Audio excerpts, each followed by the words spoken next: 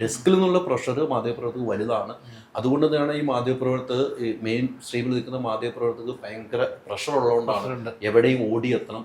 അതൊന്നും ആരും കാണുന്നില്ല. ഞാൻ ഇത് ചോദിച്ചാൽ എനിക്ക് ഭയങ്കര സന്തോഷമുണ്ട്. ഞാൻ അതാരും ചോദിക്കാത്ത കാര്യങ്ങളാണ്. അല്ല, ഞാൻ ചോദിക്കാൻ കാരണം എന്ന് വെച്ച് കഴിഞ്ഞാൽ പല സ്ഥലങ്ങളിൽ ഇപ്പൊ നമ്മള് പ്രസ് മീറ്റിന് വരുമ്പോഴും ഇവരൊക്കെ വളരെ നേരത്തെയൊക്കെ വന്നിട്ട് ചില സമയത്തൊക്കെ വരുന്ന സമയത്ത് ഇവരൊക്കെ 5 മണി എന്ന് പറയുമ്പോൾ പലപ്പോഴും പല ആൾക്കാരൊക്കെ വരുമ്പോൾ 7 മണിയും 8 മണിയും അവർക്ക് അവിടുന്ന് അത് കഴിഞ്ഞിട്ട് ഇവർക്കൊക്കെ കുടുംബമുണ്ട്, തിരിച്ച് വീടെത്തണം.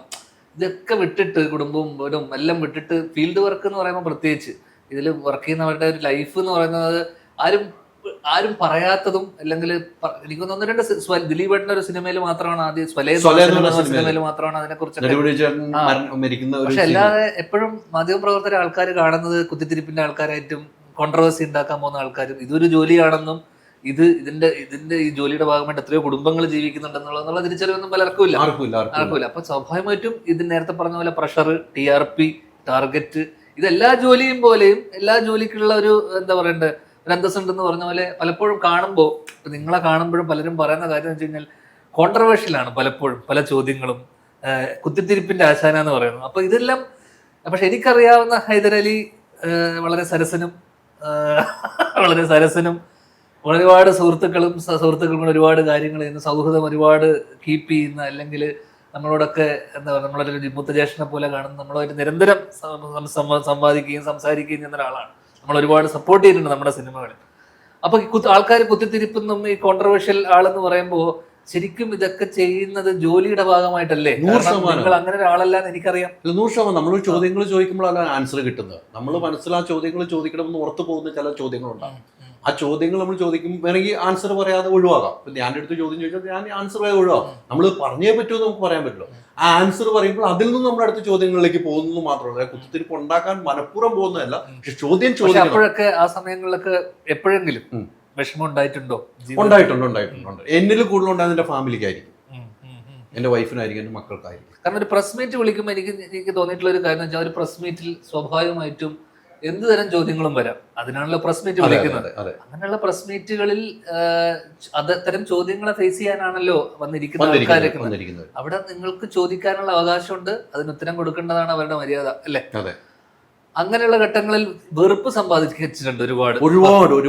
അപ്പൊ എപ്പോഴെങ്കിലും തോന്നിയിട്ടുണ്ടോ ജീവിതത്തിൽ ഇനി കുറച്ച് ഈ കോൺട്രവേഴ്ഷ്യൽ ആയപ്പോഴും അല്ലെങ്കിൽ വെറുപ്പ് സമ്പാദിച്ചപ്പോഴൊക്കെ തോന്നിയിട്ടുണ്ടോ ഇനി ഞാൻ കുറച്ച് ഇതായിട്ട് കോൺട്രവേഴ്സി വേണ്ട, ഇതിൽ നിന്നൊക്കെ മാറി വരാം? പക്ഷെ അപ്പോഴും നിരന്തരമായിട്ട് കറക്റ്റ് കാച്ചിക്കുറുക്കിയ പോലെ ചോദിക്കേണ്ട ചോദ്യങ്ങൾ ചോദിക്കുന്നു. എപ്പോഴെങ്കിലും ഇതിൽ നിന്ന് മാനസികമായിട്ട് വീട്ടിൽ നിന്നൊക്കെ പറഞ്ഞിട്ടുണ്ടോ നിങ്ങൾ ഇനിയിപ്പോ? എൻ്റെ അച്ഛനോട് അമ്മ പറയായിരുന്നു, ആവശ്യമില്ലാത്ത ഓരോ ചോദ്യങ്ങളും പറച്ചിലൊന്നും വേണ്ട, ഇതിനാ ആൾക്കാരെ വെറുപ്പ് സമ്പാദിക്കുന്നത്. പക്ഷെ നിങ്ങളത് കൃത്യമായി നിങ്ങളുടെ ജോലിയുടെ ഭാഗമായിട്ട് ചെയ്താന്ന് എനിക്കറിയാം. അല്ലാതെ ജീവിതത്തിൽ നിങ്ങൾ അങ്ങനെ ഒരാളല്ലാന്നും എനിക്കറിയാം. അതുകൊണ്ട് ചോദിക്കുക. അല്ല, വീട്ടിൽ നിന്നും അങ്ങനെ ഒരു സമ്മർദ്ദം എനിക്ക് ഉണ്ടായിട്ടുണ്ട്. എനിക്ക് ചില സമയത്ത് തോന്നിയിട്ടുണ്ട്, എനിക്ക് എന്തിനാണ് ഇവരോട് ഇങ്ങനെ മുഷിപ്പിക്കലുണ്ടാക്കുന്നത് എനിക്ക് സ്വയം തോന്നിയിട്ടുണ്ട്.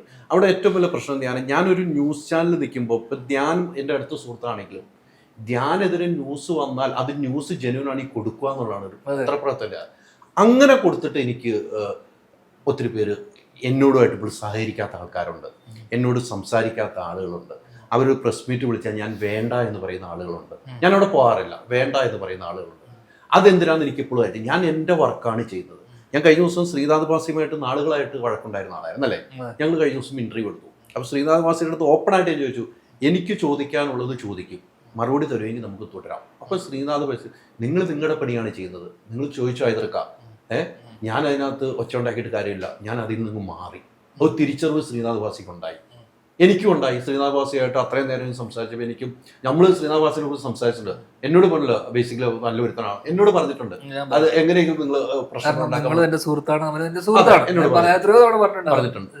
നല്ല മനുഷ്യനാണെന്ന് ഞാൻ ഷൈനും അതുപോലെ പറഞ്ഞിട്ടുണ്ട് എന്നോട്.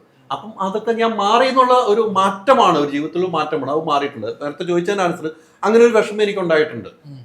ഞാൻ എന്തിനാണ് ഇങ്ങനെ ഒരു കുത്തിത്തിരിപ്പൻ എന്നുള്ള പേര് സമ്പാദിക്കുന്നത്? പക്ഷെ ചോദിക്കാതിരിക്കാൻ ഇപ്പോഴും എനിക്ക് തോന്നുന്നില്ല, അത് ത്വര ഓടില്ല. അത് പോണില്ല. അതെ. Ultra modern kitchen devices. ഒരു കിച്ചണിൽ വേണ്ട എല്ലാ ലേറ്റസ്റ്റ് ബ്രാൻഡുകളും ഇവിടെയുണ്ട്. ലോകോത്തര ബ്രാൻഡുകൾ, original products, wide range. MyG future. WhatsApp വഴി ഇംഗ്ലീഷ് പഠിക്കാൻ ഇംഗ്ലീഷ് കഫേ ഉള്ളപ്പോൾ ഇംഗ്ലീഷ് ഒരു വിഷയമേ അല്ല. English cafe, we present you the perfect English.